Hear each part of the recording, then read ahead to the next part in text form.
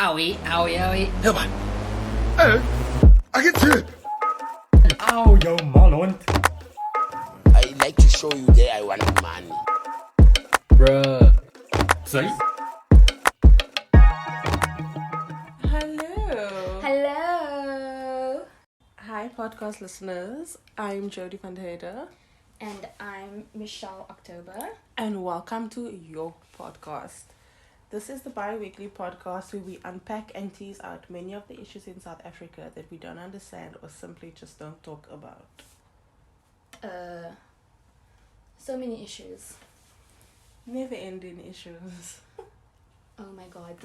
Okay, so I bought a newspaper, a whole paper newspaper, because of this crazy headline. What newspaper did you buy, first of all? I feel like it was Cape Times. Probably. Or is it Cape... Argus. No, it wasn't the Argus. I think it was Cape Times. And the headline was, Man rapes woman, pays her 50 rand for her silence. When was this? In the week? This week. I was like, 50 rand! You can't buy anything with 50 rand, my dude. Yeah. How do you think it's going to keep anyone silent? Yeah. That's some psychotic behavior. This is episode 5. Welcome. Jody, how do you feel knowing that we made it to the 5th episode with our friendship intact, our careers intact?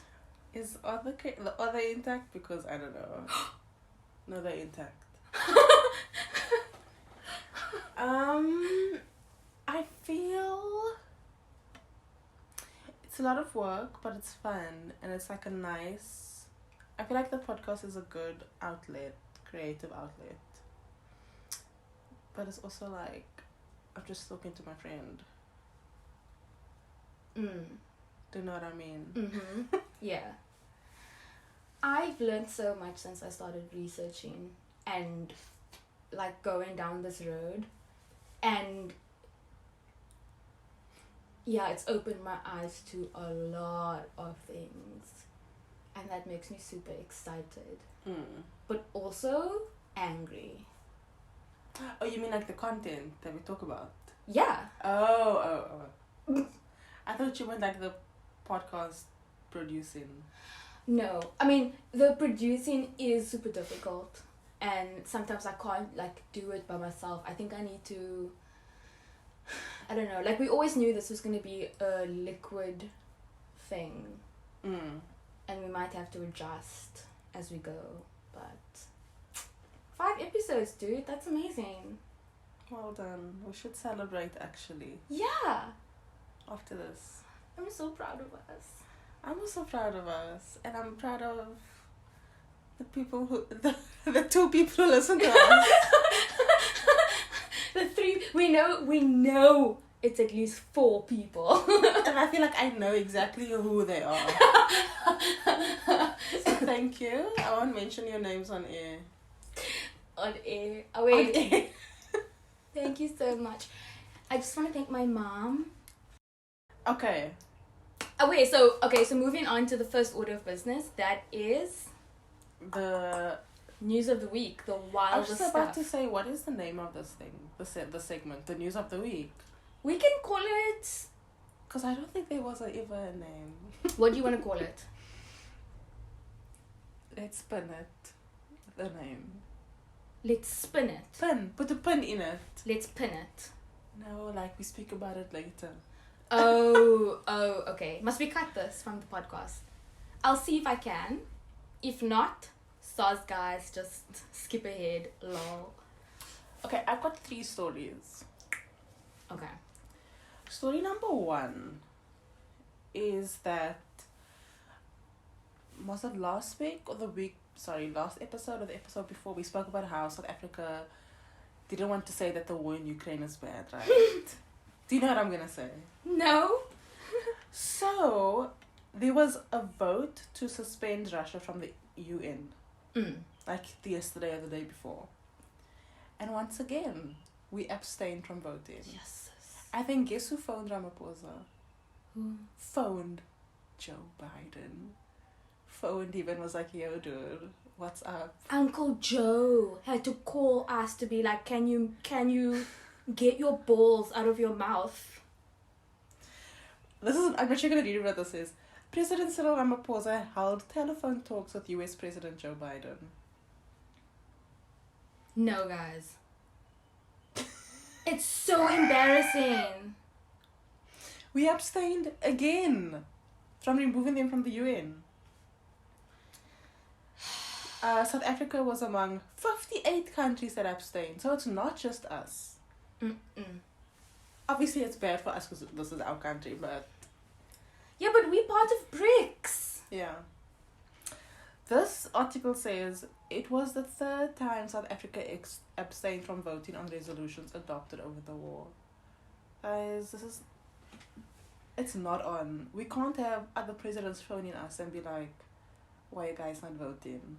It's so ugly the way that we are like, we are a country that liberated ourselves from apartheid. But also, all you other bitches, you can fight for it by yourselves. We're not going to help you. And Biden initiated the call. Like, it Of came course from he his did. side. Can you imagine? Because like, he had to pick up the phone and be like, what the fuck, dude? What's wrong with you? I really wish that we had some balls. I also did. do. We are like, me doing this. So then, in the meantime, International Relations Minister Naledi Pandor said South Africa was not indifferent to the suffering in Ukraine. She said the country also didn't condone Russia's war and invasion despite abstaining. What does that mean? Like, nothing that makes... That sentence doesn't make any sense. None of it makes sense. She's trying to say that two things can be contradictory and be true at the same time. Yeah. Which is true, but in this instance, like, no. Literally no. She's saying that they want to say no. They would vote no, but because of economic interests, they're scared. They're scared of both China and Russia. Yeah. I can understand that, but also, like, why were you in bed with him in the first place? There's it now. Ask that ask. So this is the third time this is happening. Okay, that's the first thing. Nah. Exactly. DA spokesperson said the country had chosen the wrong side of history. Substitute. This is what I mean when I say that ministers will just say, like, they think that we are... Dumb. Yeah. And that she can make a sentence like that and everyone's just gonna be like, yeah. Just gonna be like, oh, okay. They really think we don't have any critical thinking. This is not even critical thinking, it's just thinking. There's no levels to this. It's just, like, obvious.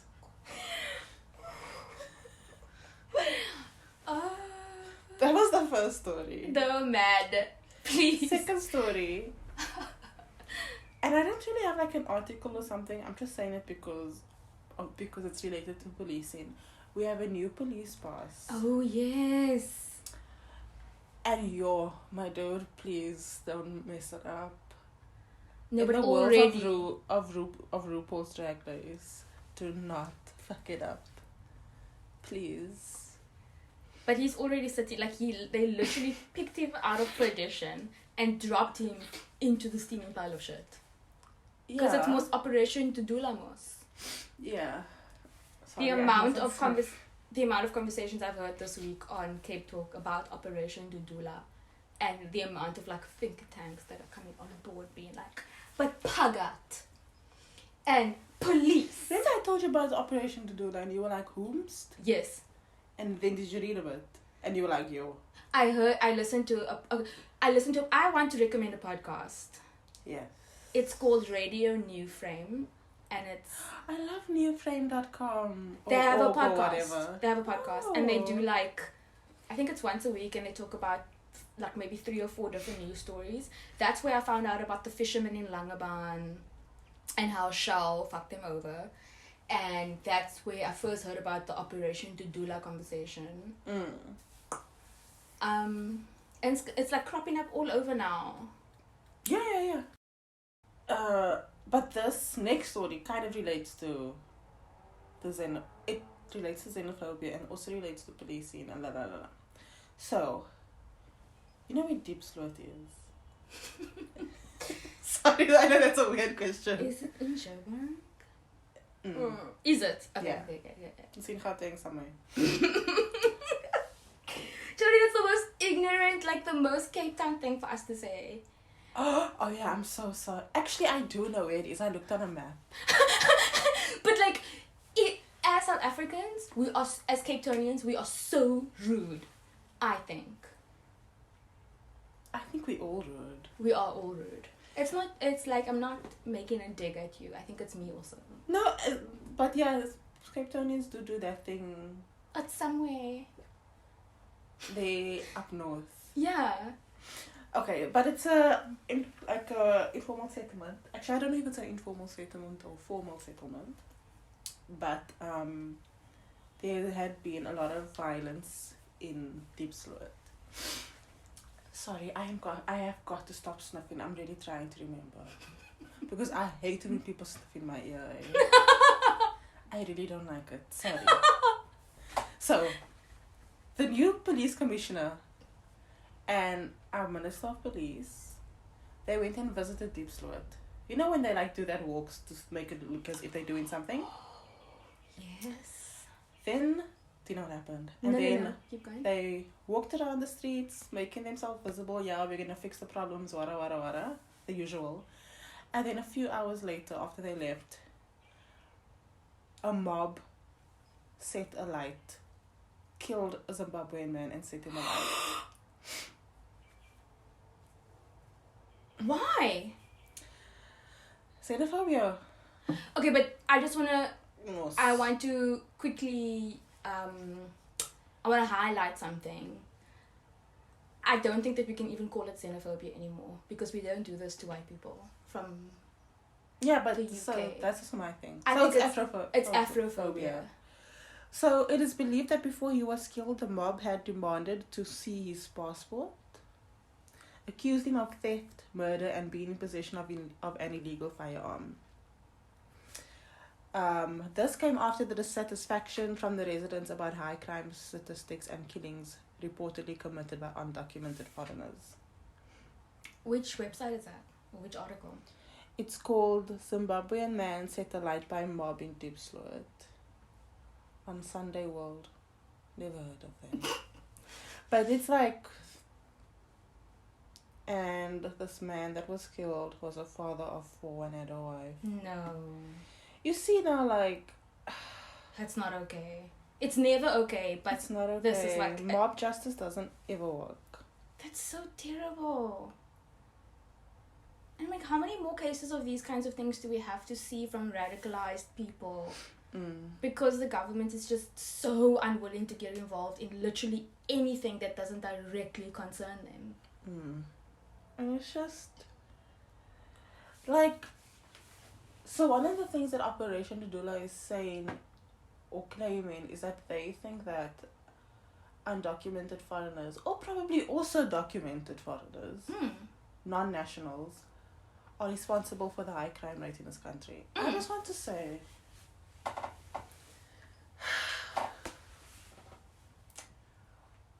so you think that all the crime that is committed in this country is committed by non-South Africans? Is that what you think? That is what they're claiming. And it's like, how out of touch and like disconnected and like detached from your surroundings do you have to be to think that? But I know that people are thinking that because they're trying to have an explanation to themselves. They're trying to like rationalize why things are bad, why crime is high. And instead of like looking inward, people need something to like blame. So I get like the psychology of it, but it's also like, just do the maths. Can you help me disabuse us of that idea? So let's say, for example, I do think that the only people that are going to hijack me, rape me, break into my house are someone from, I don't know, any other country. But like, why would you think that? Maybe because I think that because they are poor, they have no money, and they come to this country because they view it as a place of milk and honey with lots of things that they can just take. So what's the counterpoint to that? Like, how do we engage in this conversation? Yeah, I think that's the big question, because we need to engage with people's like belief systems, because they truly believe that this is the case, and that's the really hard part. It's really like a cognitive dissonance to me. It's also like this is happening in poor communities too. So it's like, my dude, There are poor South Africans living there are poor South Africans living around you who are committing crimes. But I really, yeah. Sometimes you know the criminals in the area. But it's like choosing where to like. People are just like blind to the fact that, yeah, it could be my South African neighbor also. Well, one of the things that I've been hearing, or I heard in the one podcast, the radio new frame, is that, and this is very, very true, especially for us, is that people like to have these discussions, these engaged discussions in intellectual spaces like Cape Talk, like podcasts, and they bring on academics who are there to bring you the facts, and then they quote studies, and like they'll tell you all about what the government is in fact doing, but there's no one who's having these conversations with people on the ground where the violence is happening. And like us talking about it here is going to do nothing to people who are actually living in those communities with those views. Yeah. And that's the problem with, not the problem, but one of the things about like intellectual spaces and academia is that it doesn't filter down, and like all this really nice quiet knowledge just stays like amongst us. And then what? It'll stay amongst us until we pay mind to, until we pay mind to people like activists and pay attention to activists, because they are the ones who are doing the work.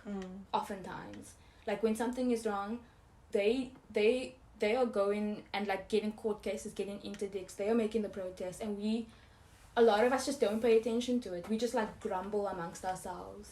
Yeah. That's something I'm gonna like touch on later.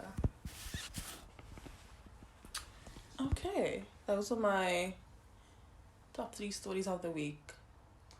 All kind of like related to each other, interestingly. I just, right now, as I was busy scrolling, I saw this headline from the Daily Maverick. Billions of rands down the drain, 65 senior officials implicated in widespread corruption, and a 2-year investigation into the water and sanitation department has been discarded. Why? So now we have another example of more state capture, more corruption. Yeah, when I was reading the news, like just glancing at the headlines this week, I don't know why, but like for the first time I was looking at the headlines and I was like, this is all just about corruption. Like every single one of these is about a government person being corrupt. It's not funny, but it really is. Like, I don't know why. Like only like the pin dropped this week. Like obviously, like I knew it, but it was like the realization, and I was like, we are so unbelievably fucked. It really is like Game of Thrones, isn't it? Like, please, I just need the White Walkers to come and just take us the fuck out, please. I'm ready. It's enough. Like really a never-ending bottomless pit of corrupt government officials. Ice Age 2, where you like, at? Seriously. Like, at what point does it stop? A lot of people talk about like the pitfalls of capitalism, like it's become like a social media meme. It's become the butt of the joke. I'm seeing it a lot. What on do you my mean? feed. People being like, with capitalism, you can never get paid a living wage ever again. With capitalism, you can be a slave and never live to your full potential. Like, it's like, like people be like, oh, all I ever want to do is live by the beach, but hashtag capitalism. Like it's the Yeah, butt yeah. of the joke. Yeah, no, I've seen those. But it's also those like, TikToks. my brother in Christ, at what point are you going to realize that capitalism continues to exist because you let it exist? Yeah.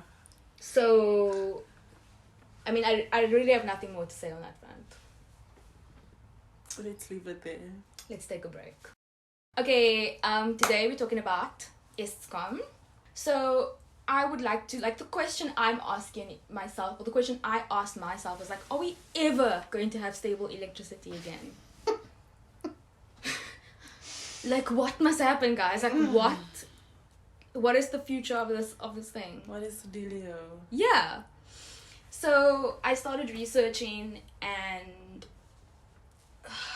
I went very, very deep. I almost dug into the center of the core of the earth. That's how deep I dug. Did you go down the I rabbit hole? dug very, Of very note. deep. And at some point I realized that I was going too Way far. over your head. I had to step away, had to come back. But we made it, and I don't think that this episode is going to be as long as the other ones, which is like a win. I'm trying to make them shorter because people are complaining. You can't help but you have short attention spans. I just realized we can't be rude to our listeners. But I also have a short attention span. I can't even watch like 20-minute episodes without being distracted. So. But like, if it does happen to you, like if you feel that you can't get through an entire episode in one sitting, I just want to say something to you. You don't have to. Do you know I listen to podcasts that are like 90 minutes and I listen to it in 3 parts? Press pause. It's fine. My brother in Christ, I listened to a 3-hour episode this week of The Read. When I tell you, that didn't happen in one go. Exactly. And I thoroughly enjoyed that episode. And you know what? I will tell Crystal and Kid Fury, you can make a 4-hour episode. I wouldn't listen to a 4-hour episode of my fave. Just, you take breaks, guys. Guys. That's not even the expectation. Reframe your thinking, my dudes. Liberalize yourself. Emancipate yourself. From mental slavery. Do you remember that quote? That was like in high school. I was like, yo, this is the coolest thing I've ever heard. Okay, when I first read that quote, like my third eye. It's like, is this my third eye opening? I can't with you. So like one of my favorite remixes of that quote is that guy, Jamil Khan. What's his name? Fuck, he's so funny. He's a South African. He was born in Cape Town and lives in Joburg, and he's like a radical thinker. I need to credit him. His name is Jamil Khan, and on Twitter his handle is @Jamil Farouk. JamilFarouk.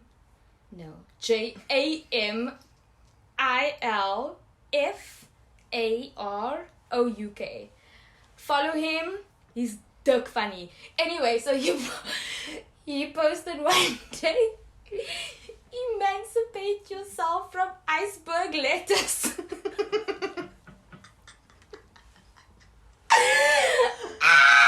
But iceberg lettuce is the worst out of all the leaves. If we're ranking vegetables, Yeah. iceberg lettuce needs to like be buried back in the ground. What is the point, my friend? Stop it. Although in China they cook iceberg lettuce. What? Yeah, that's what I said. When you said that, I thought of cabbage. Mm-mm. No, thank you. I generally don't like lettuce, just like in general. As a concept? Yeah, just as a concept, it just doesn't do anything for me. Anyway. Last thing we'll say about this is baby spinach, thank you. The only leaf that I recognize is Rocket. She's spicy, hey? I love her. I'm shook. Okay. Yo, we are so off the rails, right? We So didn't even start yet. Okay. sources for the story. For this episode, because I did so much fucking research, I'm gonna have to put the sources in the show notes. I've always wanted to say that. But I'll give you a few sources like now at the top, so when I do refer to them or quote, you know what I'm talking about. So there was an article in Business Day that I found a PDF of, and it's called Eskom, Are We Missing the Opportunity to Learn from History? By Grove Steyn, an independent regulatory economist. Okay. Source 2. An article in the paper entitled Perspectives on Business and Economics, South Africa, Remedies for the Past and Opportunities for the Future. And then the name of the paper inside this circular thing that went around was called Restructuring Eskom, Transforming South Africa's Electricity Sector, by a dude called Tino Petros. He did a very, very good job. There was so much like jargon, and he was like, I'm gonna tell you straight, I'm not gonna use complicated language. And for you, Tino, I'm so grateful. Thank you for your service. Thank you, Tino. Your country thanks you. Alright, and then again, my girl, she keeps delivering through and through. If I ever meet the editors of Anatomy of State Capture. Oh, I thought... It's the 5th episode and we're still referring to this book. Anyway, so State Capture, she's still there. Chapter 5 is like an introduction on Eskom. And it's like a very concise history. It's called Between Liberalization and State Capture, a deeper look at the case of Eskom, by Erica Johnson. So I went to go look, who is Erica Johnson? Erica Johnson was the group executive of Group Customer Services. She was the group executive of Enterprise Development. And then she was the chief officer of the customer network, all at Eskom. So when I say that like Erica is coming from a place of knowledge, I do mean it. And then as I go along, there were a few sources from the Daily Maverick, but I'll tell you about it like when we go. Okay, so let's finally start. In our collective minds, we've been thinking about load shedding as an event that happened because our power plants are old and nobody bothered to maintain them, and now they're just broken, and like we're gonna forever be struggling with this load shedding thing. And I feel like that is a partial truth. In fact, it's more than a partial truth. Like it's widely known and it's true. Yeah.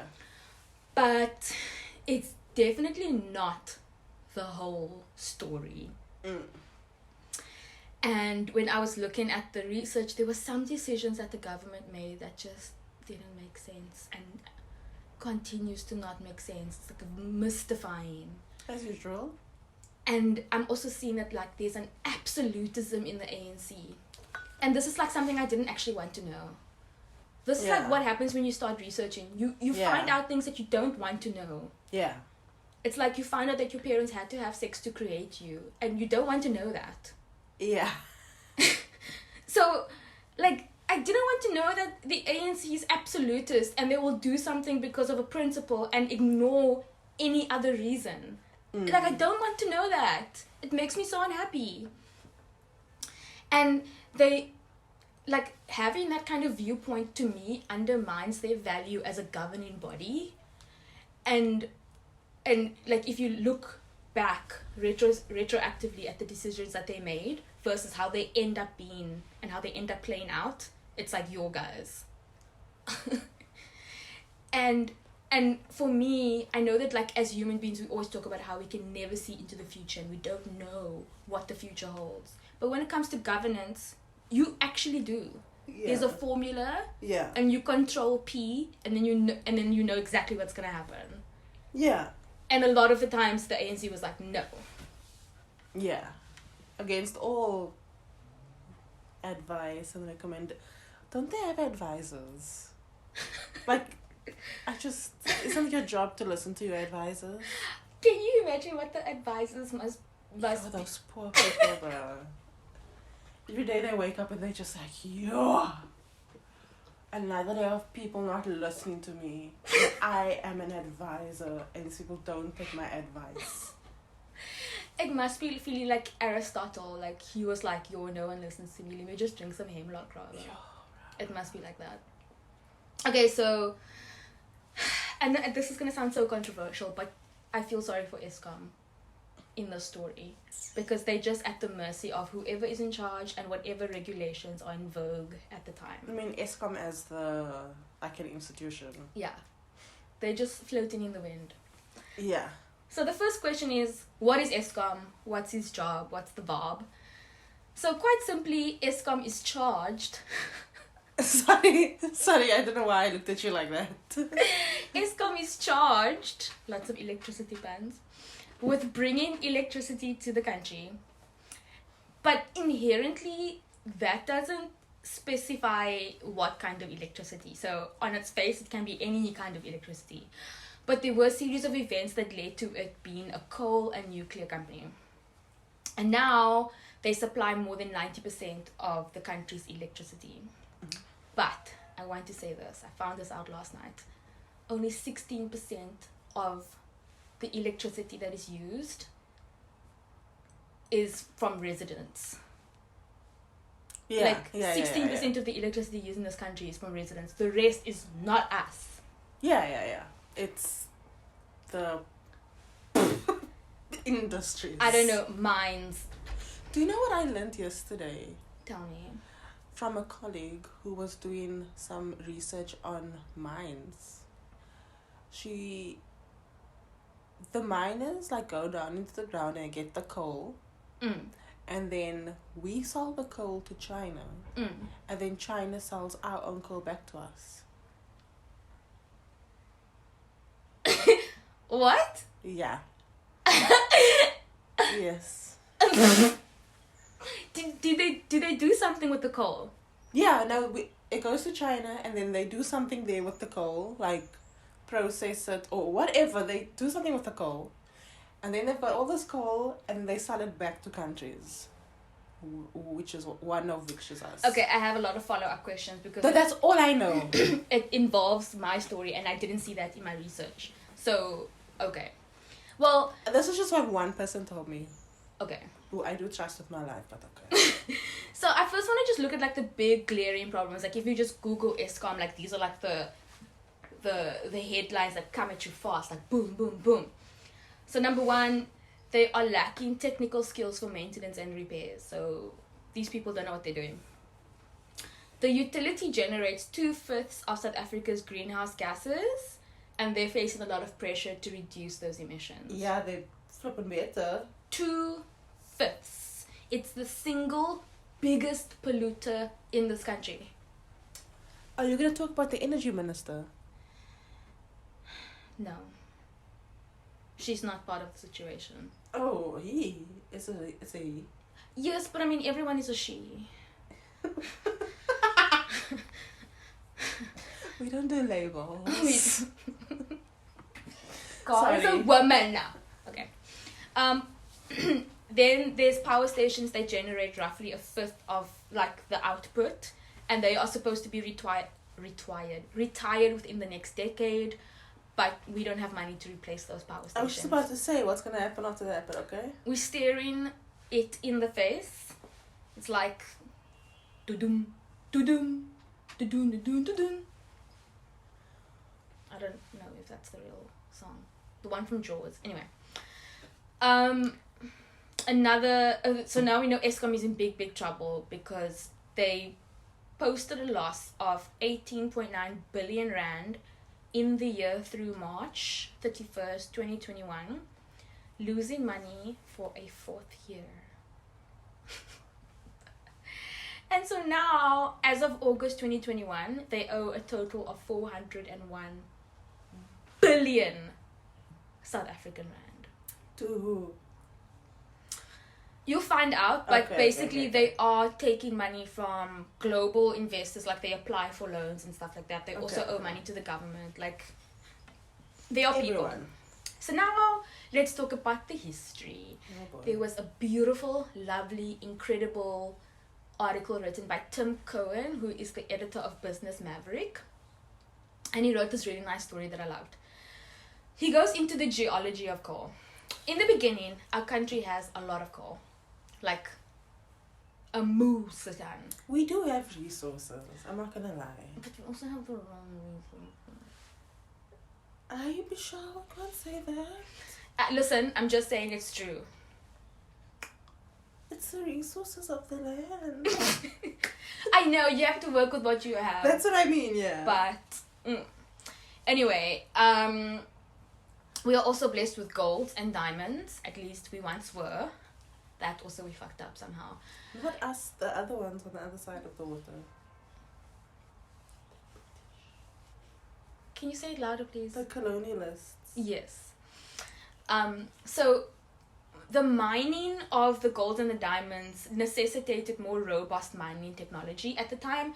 People, and this is like 1800s, I'm talking. When we used electricity, it wasn't all of us, and the electricity was like produced by using wood.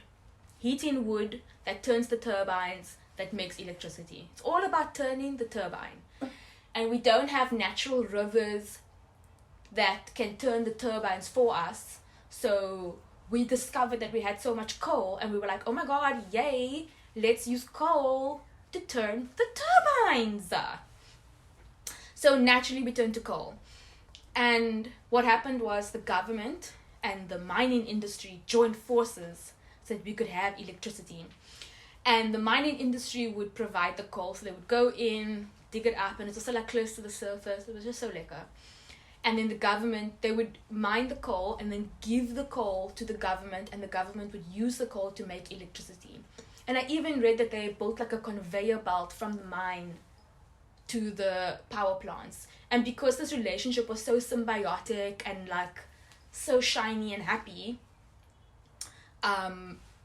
it worked really well, and they could have the power plants and the coal stations, the coal mines next to each other. Like that's how it worked. Like they were so much just there, like in one complex. It was so nice. And I picture this time in South Africa as like a really happy, idyllic, utopian time. Like in my brain cells, it just feels like they're the dwarves from Snow White, and they leave and they just go happily mining, and they're just singing all the days, and they're like happy about the state of the economy.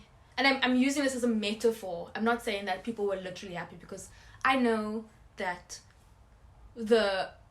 this success was like built on the backs of black people who had to go and mine the coal. Like it wasn't as happy as I'm saying, but I'm saying in terms of like a metaphor, if we look at how nice and symbiotic this relationship was, it feels like that. So I wrote, this is all happening during apartheid, so it actually uggs in the ugly. Anyway, so the negative offshoot of this that I don't think we thought about is the fact that we became completely dependent on coal power. I don't think we ever looked to the future in terms of what coal was doing to people, making them sick, polluting the environment. And actually, here's a direct quote from one of the articles I read. Eskom became a symbol of national pride. Yeah, I've heard this before from older people. That statement shook me. Just the phrase national pride is like I've never understood what that meant. Yeah. And then putting Eskom in that sentence is like, what? Yeah, it's like a different reality. It's so odd. And then, do you remember the time I told you that Eskom exported the most coal in the world? And I was like, no, I'm wrong. But I was actually kind of right. We are the 4th largest coal exporting country in the world. Still to this day? Oh, where? Really? Is it not? No, I don't know. I feel like I saw this, and this is a quote from Daily Maverick. Okay. Anyway.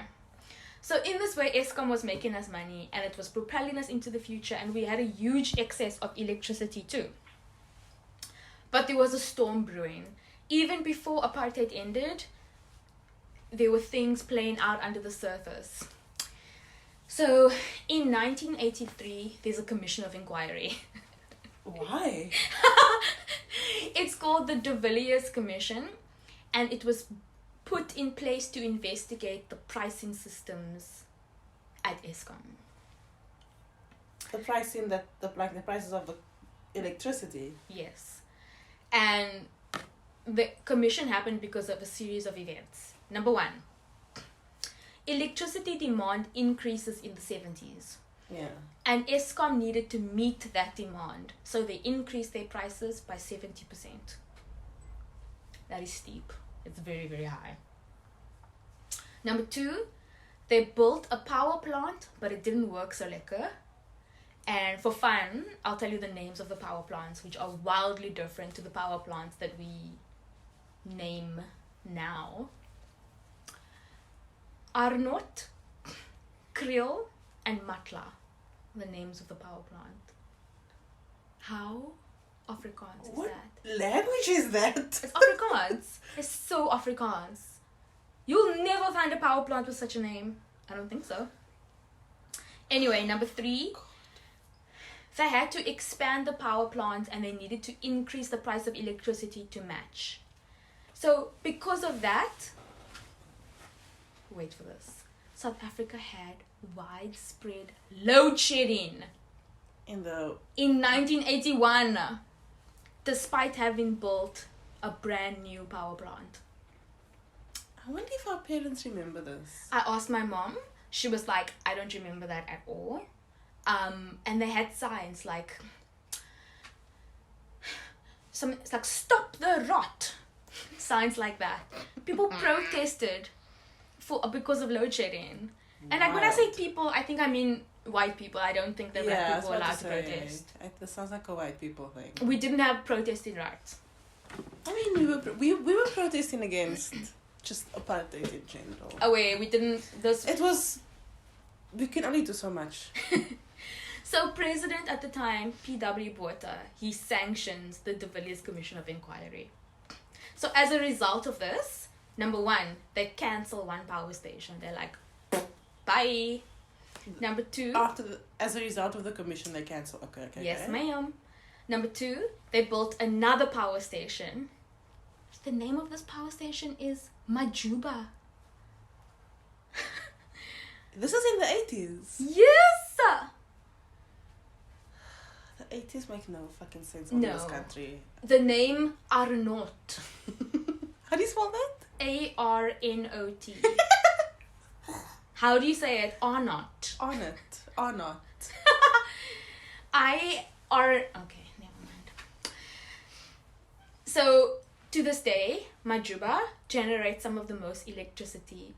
She's still going. The most expensive electricity to this day. She's still alive and pumping. Babes, when I tell you that these power stations are like oxes, they just keep chugging on. Where is this? I would say that they're in Mpumalanga side because that's where the coal mines are. Okay. But don't quote me, don't hold me to it. I never googled that. I just know that the power plants were built on that side because that's where the coal is. Yeah. KZN, Mpumalanga, North Limpopes. Limpopo, babes. Limpopo is beautiful. Guys, go to Limpopo. Yeah. I was about to say, I've never heard someone say that. No, it's beautiful. It really is. Me talking like I've actually been. Okay, so number one, they cancel a power station. They build another one. Doesn't make any sense. Number three, this is a big one. Eskom gets moved from the Department of Minerals and Energy to a new one, the Department of Public Enterprises. And it becomes incorporated as a company. Okay. And then they open a regulatory body called the National Energy Regulator. Later, it becomes known as the National Energy Regulator of South Africa. So they make this move because they realize Eskom is losing money. Electricity is too cheap. Now that the prices are spiking, they need to manage this entity in a way so that it produces money for them to keep going. Yeah. So they decide, okay, we need to incorporate it as a company. Yeah. But they keep that regulatory body in check, and the government still has a complete say over what happens. Yeah. So immediately there's a problem because they're not able to move and make decisions and do things to make the pots to be done. They just there like, okay, I need to make money, but you won't let me do what I need to do. It's not flexible. It's like it's tethered. A state-owned. Yeah. Okay, so I'm going to leave it there. Okay. Now we're going to go fast forward to the end of apartheid. So, Jody, you touched on this when you were talking about how black people didn't protest about electricity. Because Eskom is serving a small portion of the country. The electricity is with the white people. The population is mostly made up of black people. We know this. But very few of them had access to electricity. So now it's the end of apartheid. And what do people want? Electricity. So the government has to take on this new project of bringing electricity to the nation. But now we already know all the problems that are happening. But now there's a new project. And as soon as they do that, I made another electricity pun. The government's job is to bring power to the people.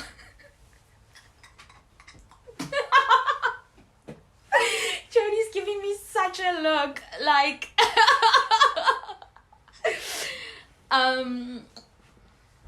Okay, so... With the end of apartheid, we also have workers' rights in a way that wasn't there before. So what do we have now? Trade unions. And the trade unions are concerned about the pricing and everything. So the government is super aware of it, and they decide, no, we're going to keep the cost of electricity low. Okay. Can you I see where this is going? Meanwhile, the expenses are through the roof. Meanwhile, they're trying to save money. So they're like, oh, no, okay, we have to keep the prices low. We also have to do this huge expansion project, like plugging in houses all over the show. 300,000 houses per day at one point. How is that even... So they're trying to save money by cutting costs and getting as much use as they can out of the resources that they have. Oh my god, this is just like a downward spiral, bruh. Girl, I was so stressed out when I was I had to take regular breaks. Like, no wonder. Okay. I want to tell you that it gets so much worse. Like, this coincided with an increased demand on coal, a thinning of the reserves, and a hiking up of the demand to buy even more coal. So Eskom, to cope with the cost of keeping things going, even as they need to keep the price of electricity low, they start selling their coal reserves. So remember, we had the coal reserves, and we had the mines, and it's next to the power plants, and it's this like cute little relationship that they have. And because they're able to move so efficiently, we had huge coal reserves, like a lot of stockpile of coal that we could keep for rainy days and stuff like that. But in order to offset costs, we start selling our own coal. So we letting the reserve get lower and lower and lower because it's in excess. But even as this is going on, in 2001, the Global Energy Awards Eskom for providing, quote, the world's lowest cost electricity. which is probably true, I suppose, But they get awards for other things, like efficiency and blah, blah, blah, blah. They get lots of awards. Wait, just gonna ask a question. Who were they selling the coal to? Other countries? I don't know who they were selling the coal to. Probably neighboring countries. It might be neighboring countries. It might also be that they were selling it back to other industries. Okay. But now, this is in 2001, and less than a decade later, the shit hits the fan. So people are writing papers with recommendations, but these are like being ignored.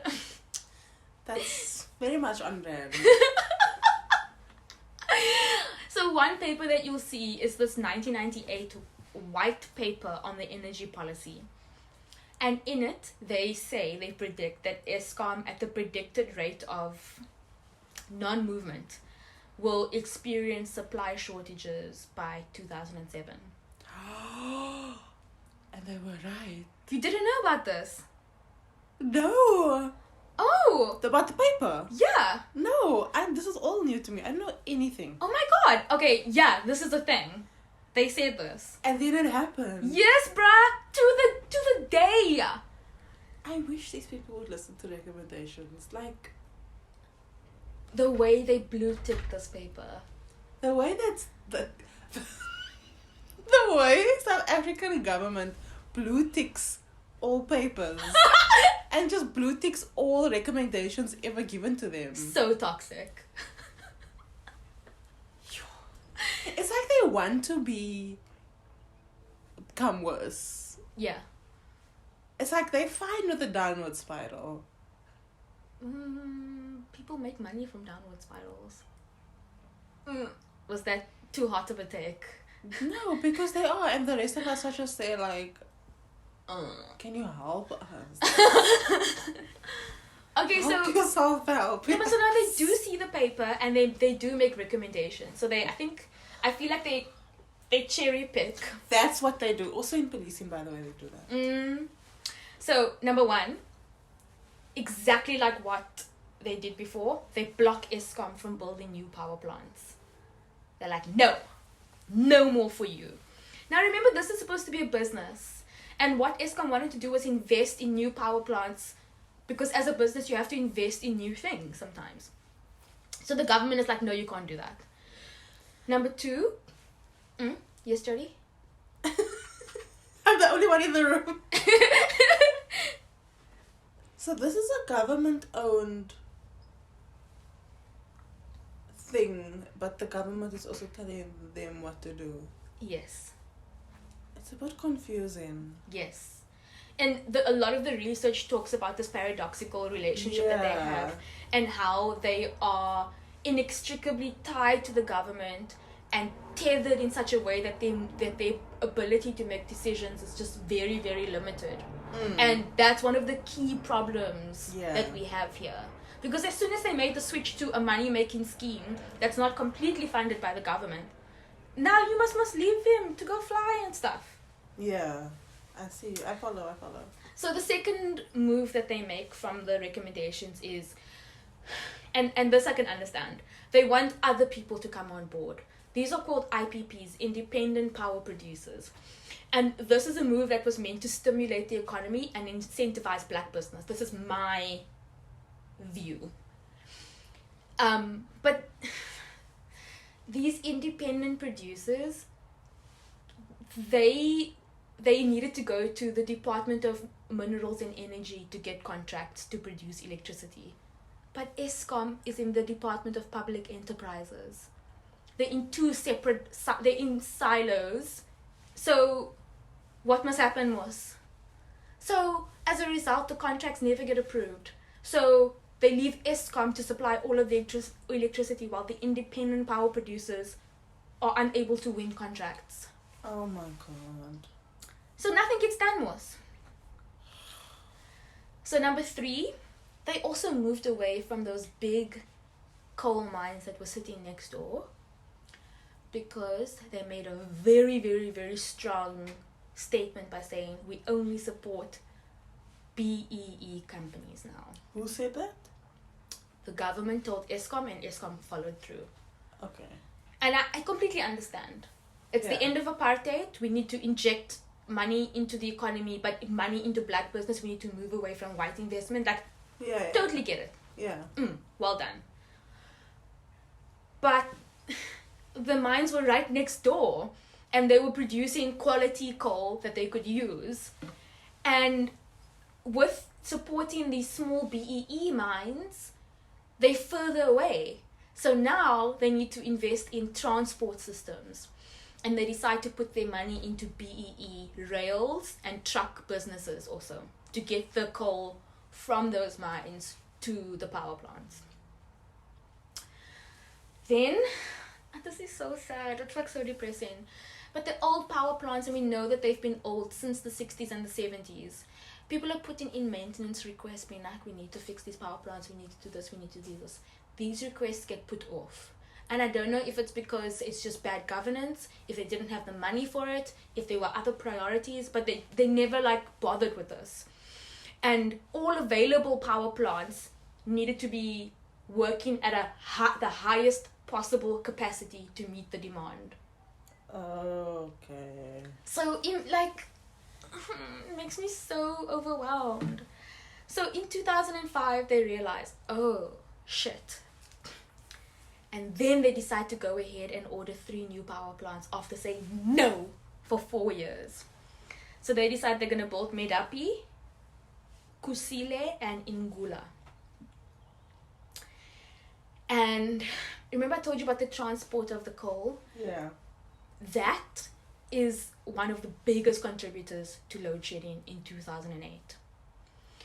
Because in 2007, there's a lot of rain and the coal gets wet.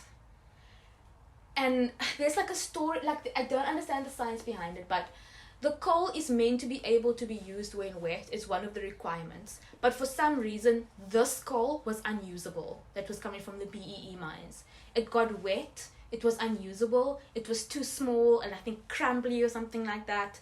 And there's a story from James Myberg at Politics Web, and he says, quote, "Coal procurement has continued to be problematic due to underproduction at the tied collieries, availability of coal of the correct quality from short-term suppliers, and the transportation of increased quantities of coal by road." Okay. So now they have these problems, but they decide to not change the policy because they are adamant that we need to support black businesses. Meanwhile, the remaining stockpile of coal is getting smaller and smaller and smaller. This is incredibly stressful. And then Imagine you work at it. Imagine you work at the head office of Eskom. Nightmare. there's reports of how stressed and my scared God, these people they are. must have been and must still be fucking wrecks. I would be a wreck. And then In 2008, in January, the power goes out. It's the first having load shedding. flashbacks. It's the first load shedding since 1981 that everyone forgot about. And I don't know if you remember 2008, but that was a big year. That was the year of the first xenophobic attacks. Very, very violent. People died. It was also the year that ANC conference that they had where they decided to oust Mbeki and put Jacob Zuma in power the next year. The same year.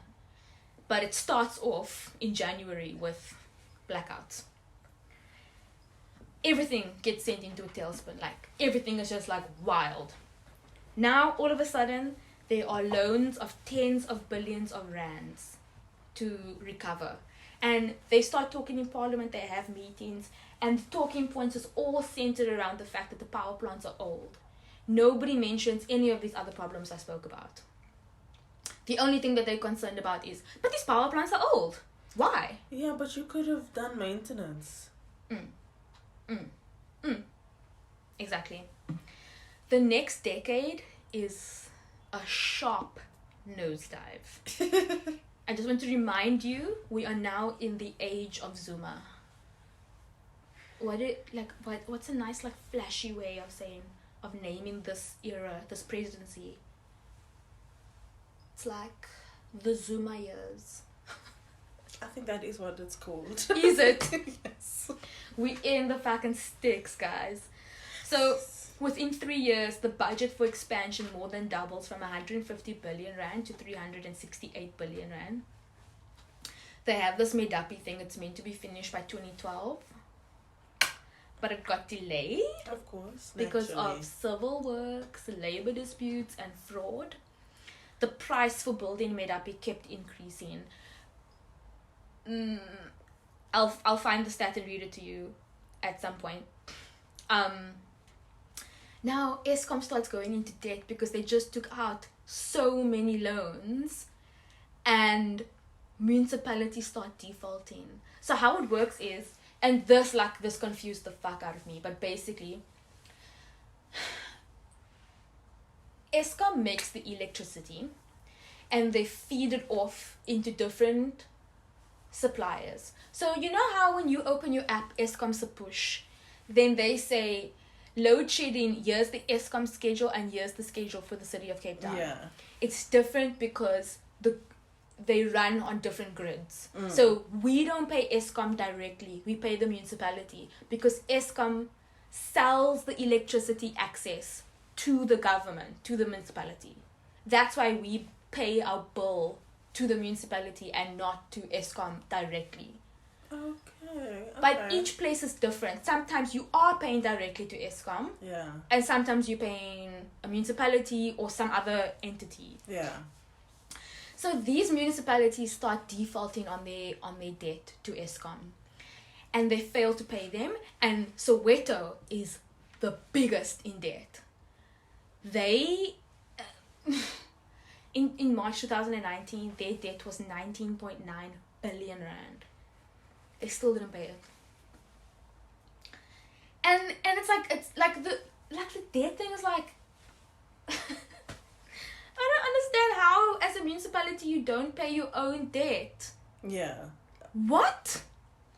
But I've also read that it's like corruption and people stealing electricity and also poor people not being able to pay for electricity. That was the first thing that popped into my mind. There's it. So we're in the Zuma years and the governance of Eskom changes hands several times. Actually, So- no, you're probably gonna touch on it. No. Now we start seeing the procurement fraud, the dubious ownership of mines. State That- capture vibes. Yes. So all of that. I'm not going to rehash it again. We touched on it with the nuclear deal one. And I don't want to talk about it again because it's so depressing. And it's also, once you know the formula of state capture, you can just copy paste into whichever entity you're looking at. So it's like the existing problems in state capture compounded by... Sorry, it's the existing problems in Eskom compounded by state capture. Yes. So it's like an even bigger Yes. disaster. Like the way I look at it is like stepping into a manhole. Not a manhole. What do you call the mud that you sink to the bottom and then you die? A sinkhole. Is it called a sinkhole? Yeah. Yeah. It's like stepping into a hole and you immediately sink to the bottom and there's just no way you can claw yourself out. That's what it feels like. And Erica Johnson, who used to work for Eskom, she says that this is like a complete loss of business agility, which I completely agree with. They are just not able to make any decisions. And during the Zuma era, which was critical actually for rescuing Eskom from its initial problems, Yeah. all they do is further entrench themselves. It just becomes a complete fuck up. Yeah. So, in the period of 2010 to 2014, the major deviations of the economic regulatory rules compounded the severe revenue shortfalls by up to 255 billion rand over the regulatory periods. So that means that, I know this is like a very convoluted sentence, but that's from Erica Johnson, but she's basically saying that the rules that were in place, that were circumnavigated, cost us a lot more money than it should have. And state capture makes the issue even worse. 255 billion rand in revenue shortfall is not a small number. It's more than half of the total amount of debt that Eskom is in now. 401 billion is the total amount of debt. 255 is the revenue shortfall. It's ridiculous.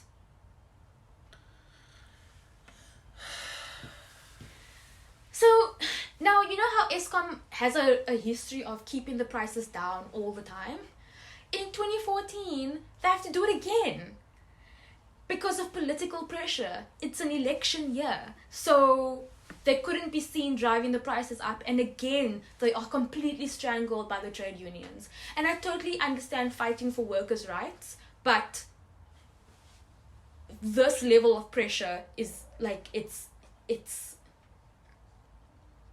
to our detriment. I think that I think that Kusato and Nunsa are in the wrong. I just do. And the other thing that's happening is in this time, Eskom starts hiring a lot of people, and they hire more and more people to help with the problems, Kosato and NUMSA will not let Eskom retrench those hires. And as a result, they become liquid, they become insolvent, and they're bankrupt. Eskom. Of course, Eskom is bankrupt, Jody. Of course they are. No, I know. Yeah, no, I know. I don't know why I asked that question. Just because I had to make They sure. are super, super bankrupt, like, definitely. So the Ingula power station, which was commissioned in 2015, that was supposed to cost 8 billion rand. Guess how much it costs now? Take a wild guess. 20 billion. Right on the money, 25 billion rand. So it hasn't been built yet. I Well, don't it's think like- it's definitely not done, and it keeps getting stalled because of all these like other things that are happening. And then Medapi and Kusile, like, I think Kusile, one of the two, has not produced an ounce of electricity. Kusile, not even one spark, nothing. So that was like all super, super depressing, and I'm so sorry that I had to tell you this and burden you with all of this. Thoughts, feelings. I don't feel burdened because I'm just annoyed. Wow. I don't feel burdened by these things. I just get angry. It's interesting because I feel very emotionally tied to these issues, and it makes me like actually angry, and I think I like just choose which ones I'm gonna be burdened by, because you can't be burdened by everything because it's just too much. you are so healthy. No, I also just like at some point I'm just like, do you know what? I don't care. Because I love that journey for you. I do. just can't. So this is like the history of the story, and now we need to look into the future. So I interviewed an energy expert, and I found out some more about the issue. The name of my expert is You're expert. Professor Tinus Boyson, and he's the Associate Professor of the Department of Electrical Engineering, with a focus on energy efficiency for lights, water, and heating. Where? Oh, Stellenbosch. Oh. And so, like, one of my questions was like, okay, so we know all the problems with Eskom. Number one, us as average South Africans, is it our job to produce our own electricity? The answer is no. And I felt guilty about this for a long time. I felt like, oh, the problems are so pervasive, we should get off the grid and do our own thing. No, that's not a thing. No, it's not a thing. Like, the society that we've built up around us is such that we do rely on the government to supply us our needs. Yeah.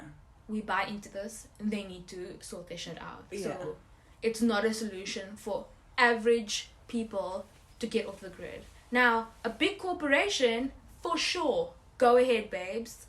But you, my friend, you don't have to set up a wind turbine here by your window. Yeah. I asked him about wind energy. Even though Cape Town is super, super windy, we can't just build wind turbines over here in the city. They take up a lot of space. Yeah, well, like where there's zero space in the city. And also, it's not a super reliable form of electricity creation. I think he mentioned something about the storage or something like that. So About the what? The storage. Okay, Yeah. okay. So it's not as simple as we all make it sound. Now, there are other options. Solar power, which the government needs to invest in. So one of the things that he said is that, yes, it is Eskom's job to create electricity, and yes, they do need to diversify and get electricity from renewable sources. Even though they're busy with the skull piece, they need to like pull up their socks and No, seriously, get Get the it program, together. Right. and that's gonna look what that looks like is a diversity of renewable energy sources. So not just coal and the one nuclear power plant that we have. It should be different stuff. And I was reading that like other countries do not have a monolithic supply of electricity.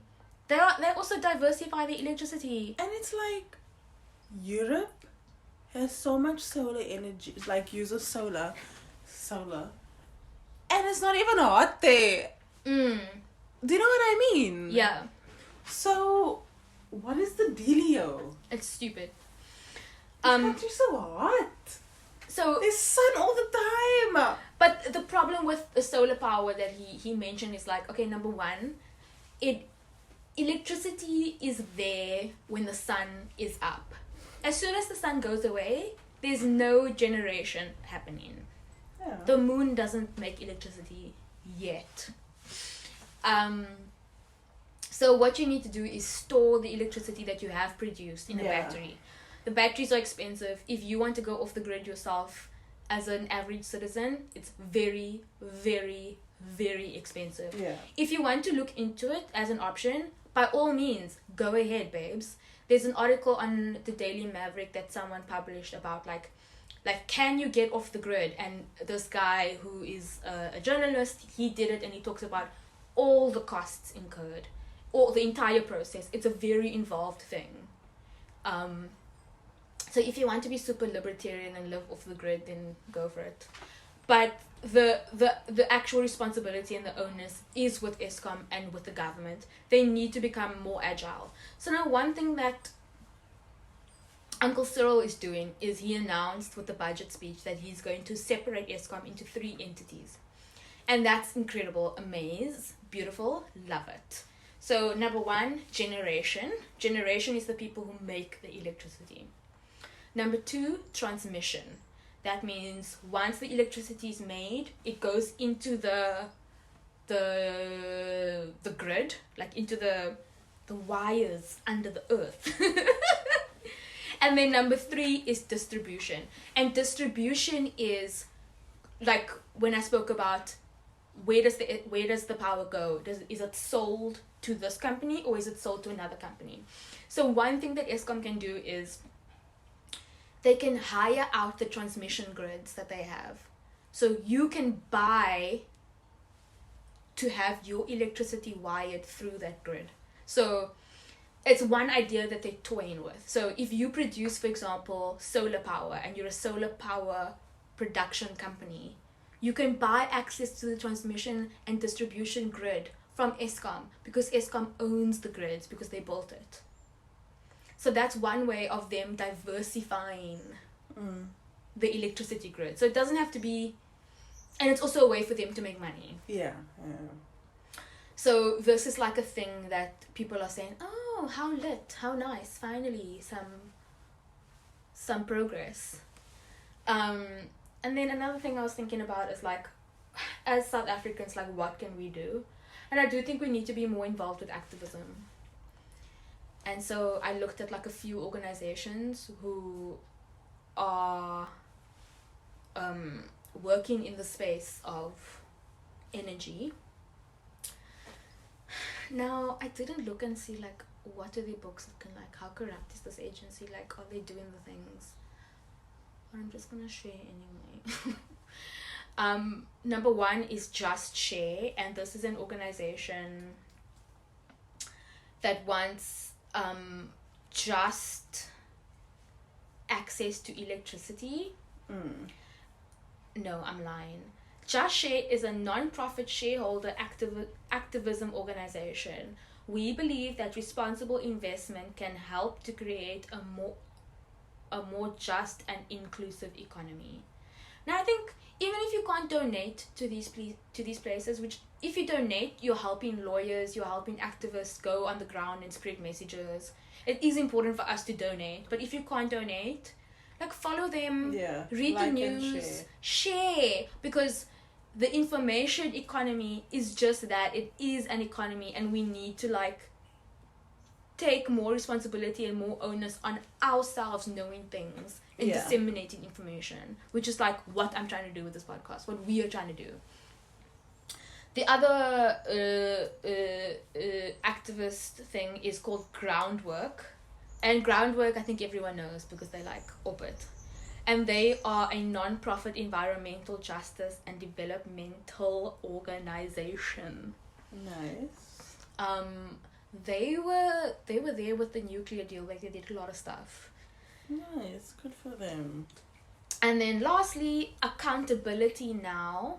I know them. Do Not I you? know them, but I've heard of them. Cute. So I actually I think this is really cute, because the whole thing is like to hold government accountable. And I think like it's so important. Like, guys, yes. And they have a link on the page where you can donate, subscribe to their newsletter. They have a whole section of their public interest litigation, like how they're busy suing people. So that's fabulous. Them. And they have a handbook called Know Your Rights and Claim Your Rights. Guys, let's get involved. And like, have these conversations with your friends. Be like, did you see the news? Talk about it. Talk about the news, guys, please. Well, first, read the news. Or listen to the news. Yeah. You don't have to be on SABC at 7:30 every night. Okay, it's not 2002. You can go on Spotify, you can follow a podcast, you can follow e-news or whatever on your Twitter feed and on your Instagram. Yeah. It's the future. Is that hopeful enough? Is that positive enough? I don't want to end this podcast and have people like so depressed. I mean, I feel like that's... But no, I think it's good to give people... I think it's just good to know that there are options. Yeah. That there are channels available and out there. And that... I guess it's up to the individual to decide if they want to take up the offer. But it's just really good to know that there are people on the right side. Yeah, and yes, things are looking grim, but there's always like, there are people working against it. And there are solutions to these problems. These are not like unfixable problems. It's just that the people who we need to do the fixing are not doing the fixing. We are gonna solve these problems. We just need to like become more aware. I mean, I totally like, I believe that we're gonna do that, despite the fact that we never know what they're talking about when you turn on EWN. What? Don't know what you're talking about, but we're getting there. Okay, thank you for listening. Why do you sound so sad? I'm depressed. What are we talking about next time? In 2 weeks? We are talking about the July riots of 2021. And I'll be doing that story. We're gonna talk about like why? Like, how did it happen? I have a lot of questions, so I'm excited, and I'm so glad that I don't have to do research for 2 weeks. Thanks, guys. Thank you. Thanks for listening. Like, share, and subscribe. Away. What? Let's do the socials. Okay. Instagram. _podcast. Twitter. _podcast. Your YOH. Email. yourpodcast21@gmail.com. We're not going to spell your for you every time. Oh, we're not, okay. It's not the YHU. Nor is it the YOR, which is how I used to spell it in high school. No. Do you remember that? I don't respect you anymore. You used to say your. I'm joking. I have all the love and respect for you, babes. Alright, guys, stay safe. Bye. Bye.